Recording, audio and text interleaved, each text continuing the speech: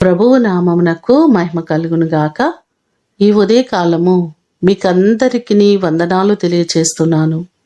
ఈ దినము మిమ్ములను బలపరచు దేవుని మాట. యథార్థవంతుల గుడారము వర్ధిల్లును. సామెతల గ్రంథము 14వ అధ్యాయము 11వ వచనం. భక్తిహీనుల ఇల్లు నిర్మూలమగును, యథార్థవంతుల గుడారము వర్ధిల్లును అనే మాటలు మనకు బైబిల్లో కనబడుతున్నాయి. ప్రతి ఒక్కరికి వర్ధిల్లాలని, ఉన్నత స్థాయిలో ఉండాలని, చేస్తున్న పనిలో ఉన్నతిని కలిగి ఉండాలని ఆలోచిస్తూ ఉంటారు కదండి.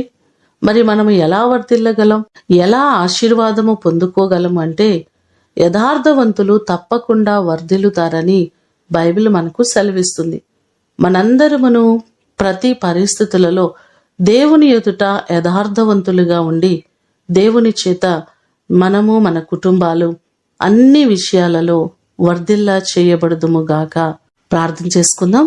సకల ఆశీర్వాదములకు కారణభూతుడవైన మా ప్రియ ప్రేమ కలిగిన పరలోకపు తండ్రి, నీ సన్నిధిలో మేము యథార్థవంతులుగాను నమ్మకస్తులుగాను జీవించుటకు సహాయము చేయండి.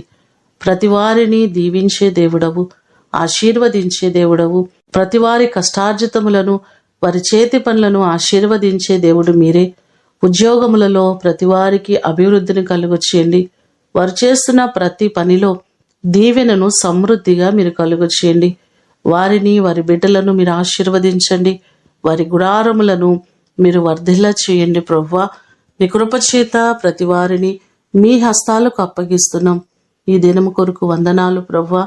ఎవరు నీ సన్నిధిలో నమ్మకస్తులుగా యథార్థవంతులుగా ఉంటారో ప్రతి వారిని మీరు విడిచిపెట్టక ఆశీర్వదించే దేవుడవు. మమ్మలందరినీ మీరు ఆశీర్వదించి నీ కృప కలిగిన హస్తాలలో మీరు బలపరచమని యేసు అతి శ్రేష్టమైన నామమున అడిగి వేడుకొని పొందియున్నాము తండ్రి. ఆమేన్. దేవుడు మిమ్ములను దీవించునుగాక.